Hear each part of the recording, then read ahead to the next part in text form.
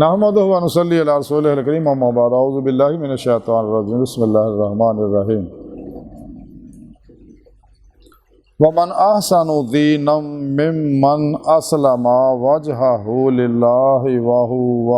محسن۔ صدق اللہ مولانا العظیم و صدق رسولہ النبی الکریم، لا الہ الا اللہ محمد رسول اللہ، قرۃ عین بک یا رسول اللہ صلی اللہ علیہ وآلہ وسلم۔ لبیک غزوہ ہند، لبیک لبیک یا غوث اعظم، لبیک لبیک یا حسین، لبیک لبیک یا رسول اللہ، لبیک لبیک اللہم لبیک۔ ازل تو لے کے اب تک اللہ سونے دی بے حد حمد و ثنا اللہ دے پیارے حبیب تے بے شمار درود و سلام تو بعد قابل سادتنا معزز سامعین، اج دے درس تصوف دے اندر رضا الہی دا ذکر کران گے۔ قرآن کریم دی سورہ نساء دی 125ویں آیت پاک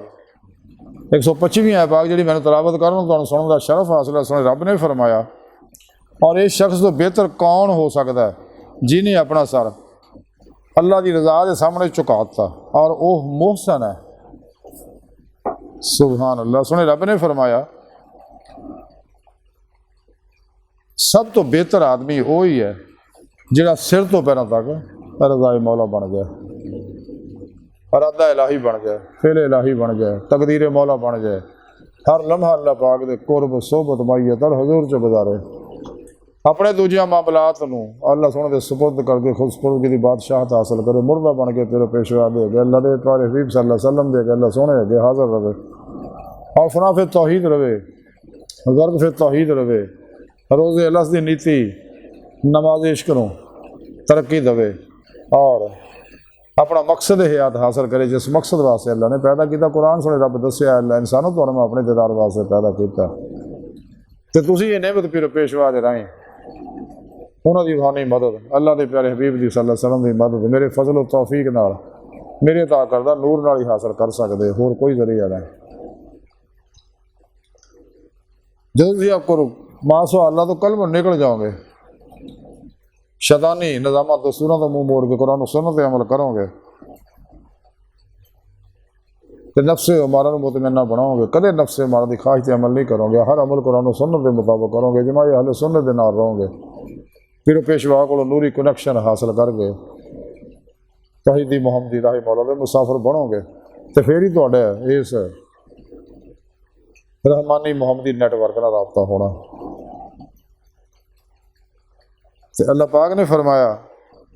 کہ جڑا سراپا ہی رضا بن گیا تو وہی محسن ہے، محسن ہے اللہ دا دیدار کرنے والا۔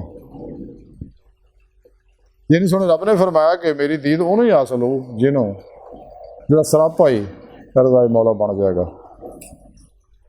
ہر حال چ، جی کہ حضور خواجہ غلام فرید کوٹھ بیٹھنے والے فرما دے کہ جے سونا میرے دکھ وچ راضی میں سکھ نو چلے ڈاواں، جے سونا تو راضی ہیں تو اسی بھی راضی ہیں، دکھ وچ بھی راضی ہیں، سکھ وچ بھی راضی ہیں،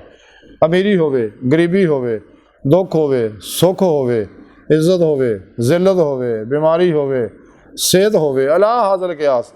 ہر حال چ سچا طالب مولا اللہ سونے تے راضی رہندا ہے۔ رسالہ کشاری اندر امام کشاری رحمۃ اللہ لکھتے ہیں کہ حضرت ابو علی راضی رحمۃ اللہ نے فرما دیا کہ میں 30 سال حضرت فضیل بن ایاز رحمۃ اللہ علیہ صحبت چ رہا، اینی مدت وچ میں انہوں نے کدے بھی ہسدیا نہیں ویکھیا، البتہ جس دن انہوں دا بیٹا علی فوت ہویا تو وہ مسکرائے، تو میں انہوں نے مسکراؤن دا سبب پوچھیا، تو حضرت فضیل بن ایاز فرماؤن لگے کہ اللہ تعالیٰ نے ایک گل نو پسند کیتا تو میں بھی انہوں پسند کیتا، یعنی میرا بیٹا فوت ہویا اللہ نے وہ دی موت پسند کی تو میں بھی وہ دی موت نو پسند کیتا۔